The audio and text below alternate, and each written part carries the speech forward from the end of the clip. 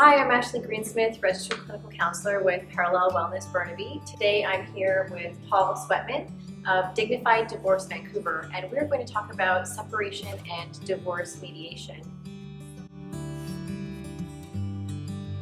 So Paul, why don't you tell me a bit about what got you interested in this line of work? Well, around 2010, I sold my position in a company that I was a co-owner and operator of, and I wanted to find something more to do. So I looked into this. I'd gone through my own horrendous divorce. I knew how to do it all wrong, and I thought I'd better try and figure out how to do it, maybe get into mediation. So what have you found to be the most rewarding aspect of your work? Oh, hands down, it's the sense of improvement that I can see in people's lives. I don't get it all the time, so it's wonderful when folks are feeling better about themselves and they can see that the world isn't going to end. There'll be some money that they will survive and carry on, that their kids will be okay. Gotcha. So can you tell me a little bit about the difference between working with a mediator as opposed to working with a lawyer? Yeah, the lawyers are fantastic. They know what they're doing, but when you work with a mediator, both you and your spouse are working with only one professional, the mediator. And so it's really a very immediate interaction. I can communicate proposals from one spouse to the other that day or the next day. Sometimes the lawyers take a little longer to do that. So it's a simpler process. It's a lot less expensive, but that's more along the lines of what are the benefits. But it's a very different process. It's less formal, and I'm more available at no charge by the hour. So when someone calls me, it's not a billable event.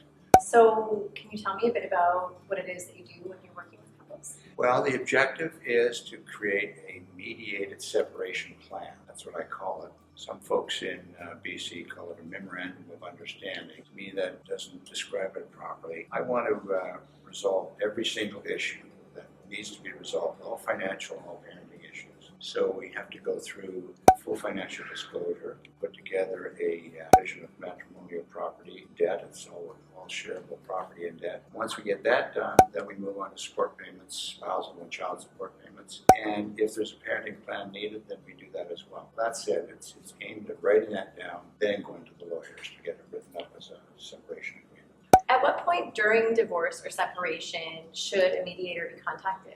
My preference is that they contact us right at the very beginning. I've had folks contact me when they're in the middle of negotiations with the lawyers involved. I've had them contact me right near the end and things are falling apart and they're looking for some help. But I prefer it right at the beginning. So then it's kind of a clean slate and I can kind of guide them through the process a little easier that way. In my work with individuals and couples, there are so many emotions that can come up in separation and divorce, from heartbreak to anger to sadness. And I wonder, in your work in mediation, how do you help couples address the emotional stuff that inevitably will be coming up? You do get all the emotions. There's a lot of anger, then there's a little more anger. There's a lot of fear, sadness, some relief. Sometimes people are starting to feel like finally I'm doing something about this problem. One of the things I get folks to realize in the very first meeting, well, I ask a rhetorical question. I say, are you in the right room? And by that I mean, have you tried counseling? And are you interested in trying counseling? If they are, then I sort of tell them to go home to get counseling, to go to a marriage counselor or individual counseling. But if they say, no, we're not interested in that, then I say, okay, you are in the right room. You're with the mediator, but number one, I'm not a lawyer and I'm not a counselor. But I know that my clients feel better once they start this process.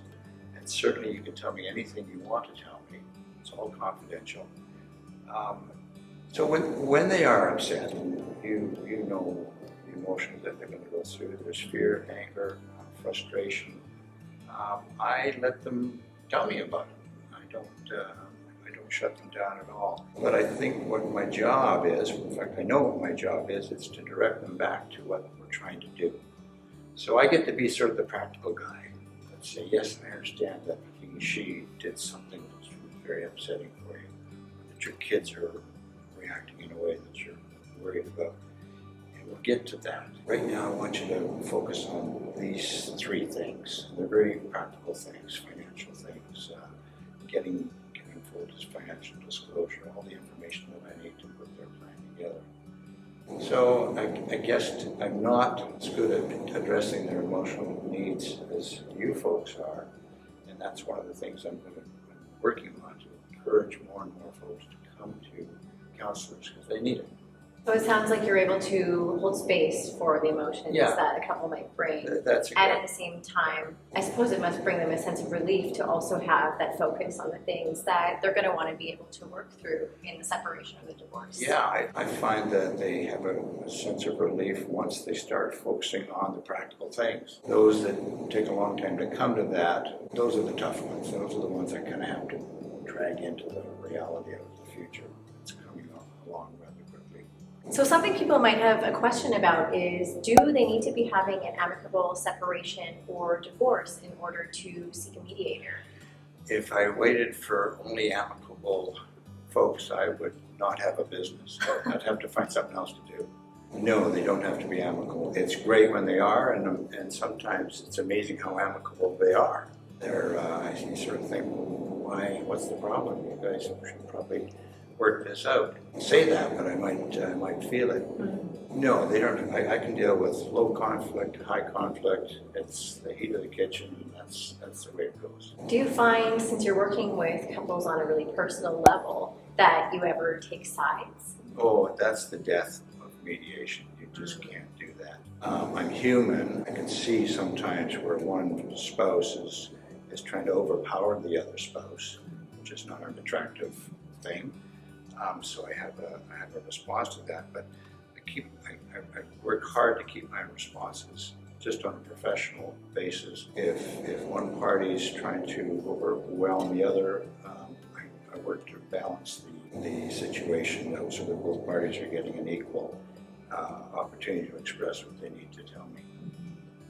Can you tell me a bit about what does it look like in a room when you're working with the couple? Are there other people with them? Would they have the lawyers there? What would they need to prepare? Yeah. A bit about that. They don't really need to prepare anything, and it's usually just me with the couple. Okay. And I don't meet them together that often. I get a phone call from one of them after somebody has to start the process. Mm-hmm. So I'll spend 15 or 20 minutes, maybe half an hour with that person, and then I invite the other party to phone me. And I kind of make sure that everybody's on board with getting together. I have to screen for violence. It's important to know if there's any danger, if everybody's safe to meet together. And then we get together for about an hour and a half, sometimes longer. That's what I call my first joint meeting. And it's not usually attended by anybody other than the couple. I've had it on occasion where there'll be another person involved. Sometimes a lawyer, but usually just the couple. Okay. Yeah. So you usually work with whoever calls you in the beginning, make sure the other partner's on board, and then you walk through the process with both of them. Exactly, yeah. Gotcha. It's just me interviewing them. I need to get ballpark figures about assets and liabilities and incomes, and what are you going to do with things, how are you going to handle the matrimony at home, what's your intention about the kids, is it 50-50, or is one of you got a strong notion around children? Gotcha. Yeah. Can you tell me a bit about some of your success stories or some of the best possible outcomes that you can see from mediation? That's a great question. Ironically, one of my most satisfying encounters with the couple was one that didn't lead to mediation. They were really sweet 40-year-olds. They were teachers, they had lived in a nice house, they had 3 kids, and they decided to take a year off. And they came into the office for an interview. And they were teary. Both of them were very upset about what was going on. And I asked them about, would you go to counseling? And they both said, yes. And through their tears, I said, then do that. I think you should go home and try again.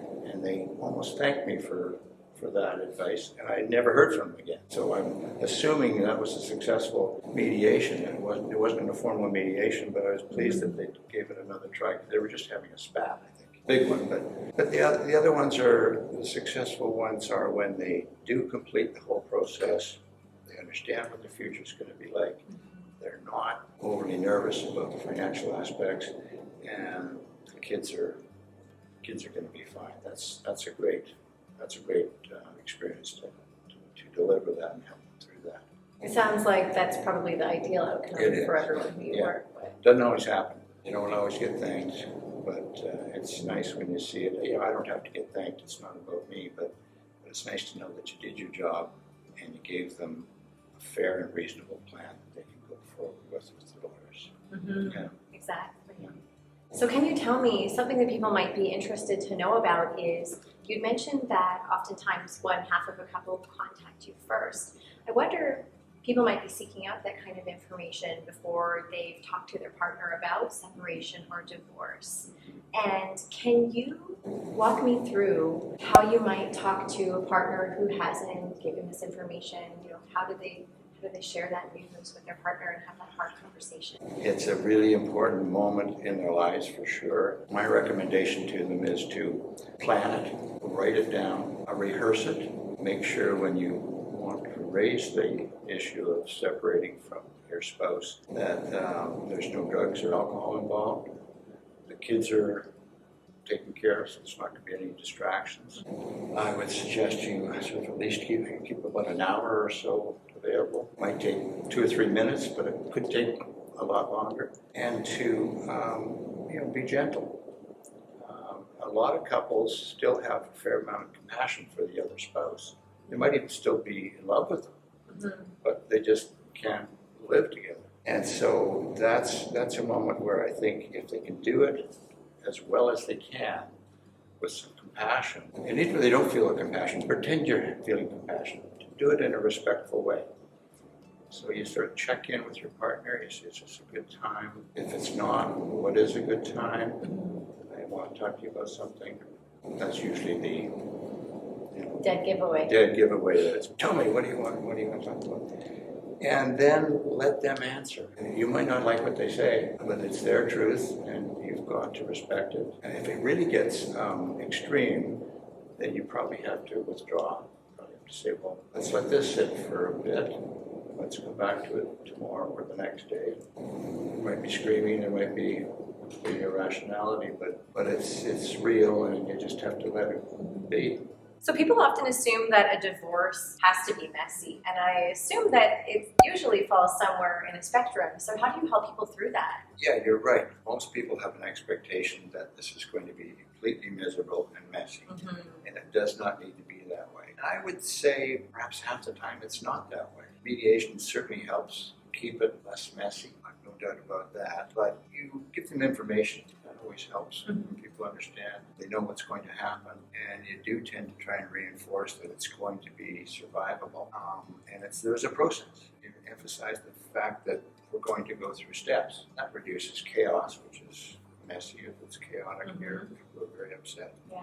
So it doesn't have to be that way. So I really just try and convince them that work with me, this will get done, it's going to be okay. So I'm very curious then, because there are so many moving parts in a separation or in a divorce. Do mediators ever get involved in custody battles or division of assets, finances, property, those kinds of things? Yeah.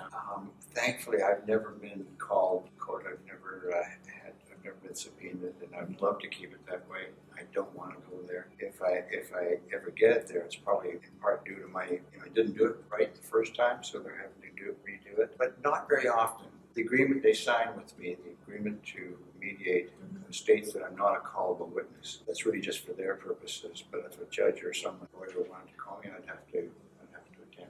But it doesn't happen for me, and I don't know how common it is in BC actually. So for couples who are thinking about separating or getting a divorce and want to have a mediator included, what are some tips that you would have for them to know before they contact you? Great question. They actually agree to certain conditions when they sign their agreement to mediate with me, and I'll read them to you. They sign and agree not to negotiate directly with my spouse, verbally or by digital means. Gotcha. Just deal through the mediator. Be respectful towards your spouse and towards your mediator. Not use aggressive or profane language when talking to or about your spouse. Not discuss my separation or mediation with our children. So that's right up front.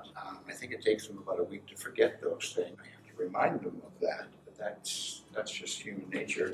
To that, I would add, get counseling. stay healthy, eat well, try and stay positive. So do you suggest counseling for couples who are even divorcing sometimes as they're moving through that process, perhaps whether it's just them or them and the kids? Yeah, I think they need it individually if they want to do couples counseling, perhaps how to parent through this process. It's not trying to put them back together. We're trying to help you separate in a humane way. Yeah. And specifically for your own personal needs and your kids' needs, and you as a parent as well. So I think it's very, very helpful if they want to go that route. So Paul, you've written an article on our website called Marriage as Flight, and we're going to put a link to that in the description box below. How can people get in touch with you if they want to work with you or learn more about what you do? Well, my website's called Dignified.com. My phone number's there, my email's there. Yeah, just phone me. Phone's on most of the time, and I'll usually pick it up within a day and get back to you. So Dignified Divorce Vancouver, and we will have that in the description box as well. Paul, it was so nice to meet you and chat with you. If you found this video helpful, please like, comment, subscribe, turn on the bell for notifications. If you have any questions for Paul or want to make sure that we're covering any more topics, please leave a comment below. Share the video so that more people can learn about the services you provide and the information that we've provided. And we look forward to seeing you in the next video.